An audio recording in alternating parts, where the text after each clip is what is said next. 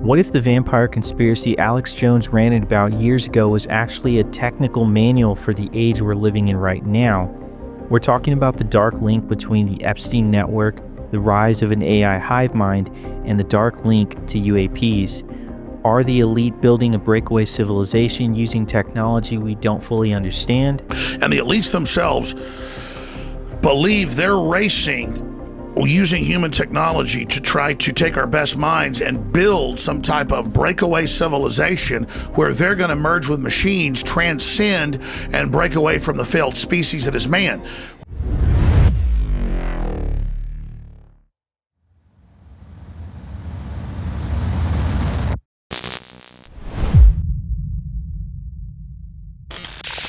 Welcome back, guys, to another episode of The Briefing. Welcome to all the new subscribers, and if you are new here, please consider subscribing. Around here, we pull out all the hidden threads, testimony, history, and evidence most people never even hear about. Also, don't forget to hit that like button. It really helps out the videos. Now, I do get into some disturbing UFO abduction cases later on, so just a heads up. While the world is distracted by the surface-level details of the recent Epstein document dumps, a 2017 clip of Alex Jones on Rogan has resurfaced on Reddit, and in 2026 it reads like a technical manual. 7 years ago, talking about a predatory elite harvesting humans thought was called the Fringe. Today it's the morning news. We now have the unsealed files proving a high-level infrastructure for exploitation was a logistical reality. Simultaneously, we're witnessing the birth of AGI, a hive mind trained on our collective consciousness. And right on cue, the government has pivoted from denying UFOs to holding hearings on interdimensional non-human intelligence. Are these separate news cycles, or are they three heads of the same beast?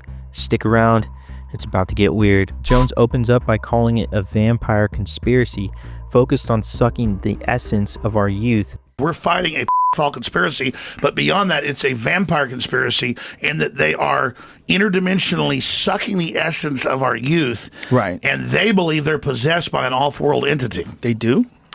Yeah, and Joe, I've been on air 22 years. I don't get into aliens, metaphysical, religion, any of that. I've studied the elite. The vampirism Jones mentions can be framed as a systemic exploitation of youth to maintain the elite power structure. This mirrors the Collins elite theory found in Nick Redfern's Final Events. This theory suggests a secret group in the Pentagon believes UFOs are actually demonic or interdimensional elites that feed on human life force or essence. Jones is essentially making the same claim. The elites aren't just criminals, they are serving something off-world. The elite are all about transcendence and living forever and the secrets of the universe, and they want to know all this. Some are good, some are bad, some are a mix. But the good ones don't ever want to organize. The bad ones tend to want to organize because they lust after power. Powerful consciousnesses don't want to dominate other people. They want to empower them, so they don't tend to get together until things are really late in the game. Then they come together. Evil's always defeated because good is so much stronger. Alex Jones explains that the elite are obsessed with transcendence and the secrets to living forever. This isn't just a theory anymore. In the newly released Epstein documents revealed that tech billionaire Brian Johnson, the face of the radical anti-age movement, actually had a meeting with Jeffrey Epstein around 8 years ago. At the time, Johnson was building Kernel, a neural interface company designed to read brain data. Epstein, who is deeply embedded in the neuroscience circle at MIT and Harvard, reached out for a 10-minute Zoom call to discuss potential collaboration. Johnson has since come forward stating that he declined further contact because he felt Epstein was intuitively evil and dark. Shortly after these circles of elite science were moving in the shadows, Johnson pivoted. In October 2021, he launched Project Blueprint, a $2 million a year quest to reverse the biological age. Whether he was inspired by or repelled by the dark elite circle, he is now the poster child for what Jones warned us about: using AI and radical biotech to achieve a form of digital and biological godhood. If these things made us, then surely they could save us. I stick with it. Well, save me, anyway. Save you from what? Death, of course. Stand me out. This is where the UFO connection gets deep. In UFO lore, there's a concept called the Promethean Trap. It suggests that interdimensional or non-human entities offer advanced technology, like the ability to live forever, to human leaders as a way to control them. By chasing immortality through machines, the elite may be trying to mimic these interdimensional beings that aren't bound by our time or biology. And we're on this planet, and Einstein's physics showed it, Max Planck's physics showed it, there's at least 12 dimensions. And now that's why all the top scientists and billionaires are coming out saying it's a false hologram. It is artificial. The computers are scanning it and finding tension points where it's artificially projected and gravity's bleeding in to this universe. That's what they call dark matter. So we're like a thought or a dream that's a wisp in some computer program, some God's mind, whatever. They're proving it all. It's all coming out. Jones frames this as a false transmission. The elite think they are becoming gods, but they are actually just being absorbed into a system that isn't human. He mentions the world as a false hologram and gravity, dark matter bleeding in from other dimensions. If AI can perfectly simulate reality, how do we know we aren't already in one? This is a direct reference to modern UAP physics. Scientists like Hal Puthoff and Eric Davis have studied how UFOs seem to bleed through space-time by manipulating gravity. Jones is suggesting that our hologram has a weak point where these entities enter and the elite are using AI to find them. The elite are using technology to merge with machines and break away from the human species. And the elites themselves believe they're racing using human technology to try to take our best minds and build some type of breakaway civilization where they're going to merge with machines, transcend, and break away from the failed species that is man. This is the transhumanist agenda. Neuralink is the literal bridge Jones describes. The goal isn't to help humanity, it's to leave it behind. This is the secret space program theory. The idea is that a breakaway group has already achieved this merging and is essentially living as a separate species using ET-derived tech, while the rest of the world is kept in the dark. Google is building an AI based on the neuron activities of the hive mind of humanity. This is the most accurate prediction in the clip. LLMs like ChatGPT, Claude were built by harvesting the collective thoughts, books, and conversations of billions of people. We gave our neurons to the machine for 20 years. So Google was set up 18, 19 years ago. I knew about this before it was declassified. I'm just saying I have good sources. That they wanted to build a giant artificial system. And Google believes that the first artificial intelligence will be a supercomputer based on the neuron activities of the hive mind of humanity, with billions of people wired into it with the Internet of Things. And so all of our thoughts go into it, and we're actually building a computer that has real neurons in real time that's also psychically connected to us. This relates to Jacques Vallée's control system hypothesis. He argues that UFOs and entities act as thermostats for human consciousness, nudging our evolution. Jones is saying that AI hive mind is the new tool these entities are using to consolidate that control. Once the AI can predict the future, it can add stimuli beforehand to control human choice. We see this in predictive algorithms that decide what you see on social media. It doesn't just predict your mood, it creates it. This is the concept of predictive programming. Jones suggests that the entities have always seen the future, and now they are giving that crystal ball to the elites through AI to ensure humanity never develops free will. Now, this also aligns with the alien time travelers, the P-52s and the P-47s Dan Burr spoke about, not to mention the device he spoke about, the Sumerian cylinder seals, that allowed scientists and elites to peer into the future.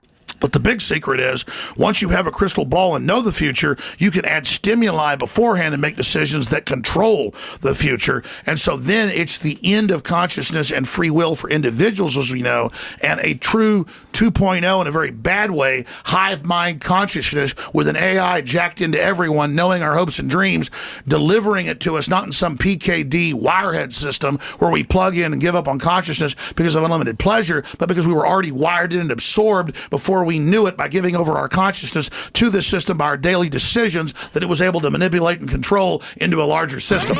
Jones concludes by calling for a human counterstrike to cut off the PDF files and the psychic vampires before they destroy us. This is the disclosure movement. People aren't just asking for aliens, they're asking for the truth about the technology and the entities that have been hidden for 80 years. The counterstrike is a return to organic human consciousness over the machine hive mind. Now I wanted to bring up something else that was a little weird here, that the idea that the elite are making sacrifices to ancient demon gods sounds like something out of a horror movie. It sounds purely evil, but what if these demons are actually what we now call non-human intelligence, NHI? We are putting our tinfoil hats on for a minute. In the latest dump of Epstein documents, a chilling detail emerged. A nickname linked to a bank account was Baal. Now ask yourself, why would a modern financier use the same name of an ancient Canaanite deity known specifically for demanding the sacrifice of the youth? Is it just a sick, edgy joke, or is it a signature of who he was actually serving? Or is it a typo, as analysts have suggested? And I found it weird that only bank was a typo, but let's look at it anyway, if it was intentional. If you look at the lore, Baal or Baal was a king who granted his followers invisibility and secret knowledge. In the context of the UFO phenomenon, high-level researchers and even some former Pentagon officials believe that what we call aliens are actually these same interdimensional entities that have been interacting with humanity for millennia. They don't want diplomacy, they want biological essence. And I said, okay, sir, so it's ours? And he said, no, that's not what I'm saying. And he said, he asked me point blank, have you read your Bible lately? And I wasn't quite sure where he was going with that. And I said, well, sir, I think I know what it says. Where are you going with this? And he said, well, then you would know that these things are demonic and we should not be pursuing them. And if you think that biological essence sounds too sci-fi, look at the Jonathan Lovett case from 1956. Lovett was an Air Force sergeant stationed at White Sands, New Mexico.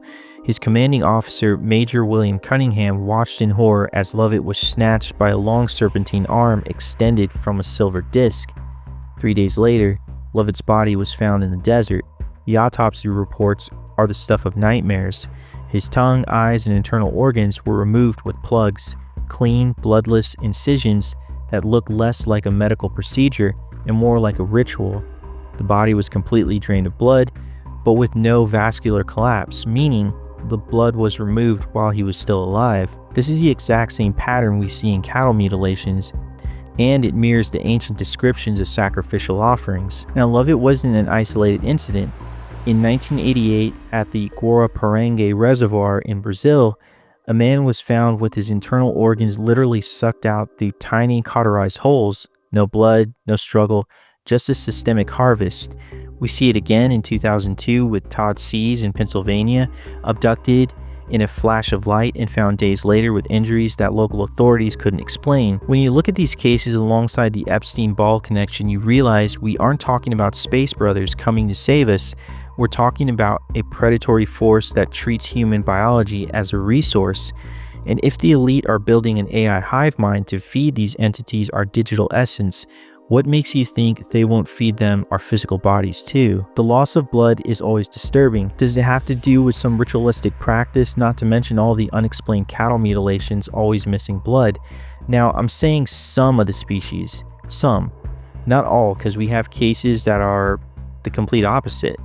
But we do know, according to David Grush, there is a variety of these creatures. Yeah. Do we know, or would you have an understanding of how many of them we're talking about? And the variety of them? Well, yeah, there is a variety, and we have a certain number of different things. But the total numbers of what's interacting with us on Earth, I mean, nobody knows that. And when Alex Jones talks about the elite sucking the essence of our youth, he's describing a transactional relationship. The elite provide the sacrifice, whether through predatory networks like Epstein or by feeding our collective consciousness into an AI hive mind, and in return these entities provide the technology and the invisibility to keep their breakaway civilization running in the shadows. Ultimately, we are witnessing the convergence of an ancient ritual and future technology, where the essence once sought through occult sacrifice is now being harvested at scale through a digital hive mind. If the signatures of Baal in elite banking files and the surgical precision of cases like Jonathan Lovett tell us anything, It's that the transactional relationship with non-human intelligence has never ended. It has simply evolved. The race for transhumanist immortality isn't a gift for mankind, but a breakaway exit ramp for an elite class that views your biological and consciousness data as a fuel for their own transcendence. Reclaiming our future requires more than just exposing the files. It requires a radical refusal to surrender our free will to a machine built to mimic the very entities that have always operated in our shadows. And what do you think of the new revelations? Let me know in the comments below. And that's all I've got for you today, guys. Keep asking questions, stay curious, and keep the conversation alive. And I'll see you on the next briefing.